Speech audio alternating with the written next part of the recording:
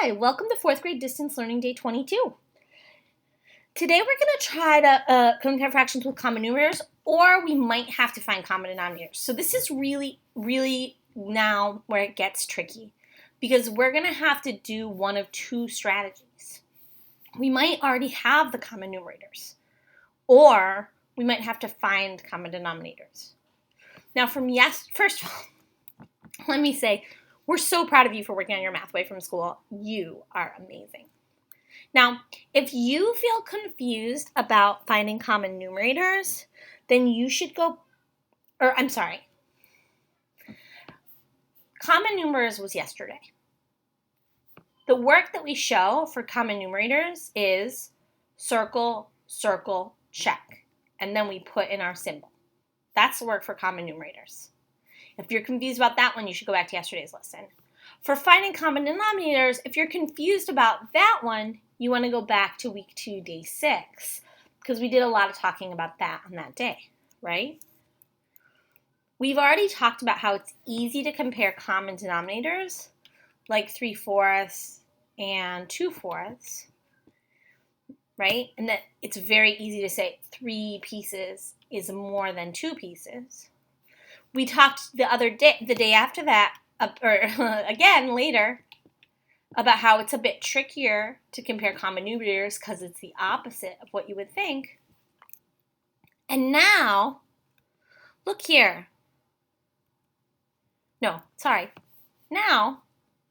we have to think about what to do if we don't have common numerators or common denominators. We can't do circle, circle, check, because the circles were always things that were the same.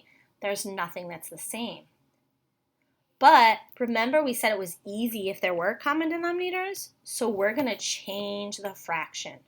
We're going to use equivalent forms like this. We're going to change the fraction to make it an easy common denominator kind of problem, right? The way we do that is explained in that one that I talked about, day 6. But we multiply the top and the bottom by a number that gets us the same denominator. So for example here, if I multiply 5 by 4 and 4 by 5, I get 20. 2 times 4 is 8. 3 times 5 is 15. So this one is bigger. Now, this is a little bit of a jump to using equivalent fractions, which is something we've talked about in the past in our earlier packets. We talked about how you could cut a fraction, like 2/5. You could cut it and turn it into another fraction, which is the same as multiplying the top and the bottom. So that's all we're doing here. It's like just trading 2/5 out for something that's the same but has a different name. And here, the same but has a different name. And now, honestly, we could do circle, circle, check to this. Although it's so easy, we kind of don't even have to. So, okay, now we're ready to look at this work, right? You have a choice. You have to decide, can you circle common numerators? Or are you going to need to multiply to make them have common denominators? So look, this one, circle, circle. Nice and easy. This one, there was nothing to circle. Now these two steps are OR steps. You either do step 2 or you do step 3. Here, if you have common numerators, then the fraction with a smaller number in the denominator is bigger, just like yesterday, right? This is bigger, check, fill in the symbol, right? Or, if you don't have common denominators, multiply the numerator and denominator by the same number. So that's what we had to do here. There wasn't anything to circle, so we multiplied.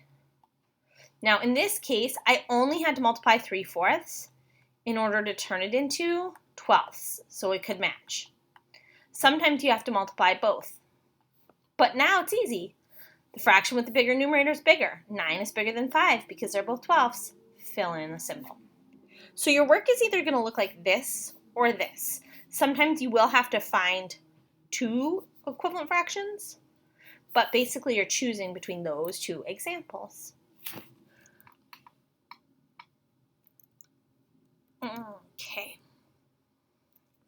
Remember, you are a thinker. Here's a picture of choosing. Here's a picture where I had to change both examples. Because there was no common numerator and common denominator, I needed to change both fractions into something down here that would have the same denominator. Remember, you are a thinker, you are a hard worker, you don't give up, and we love you.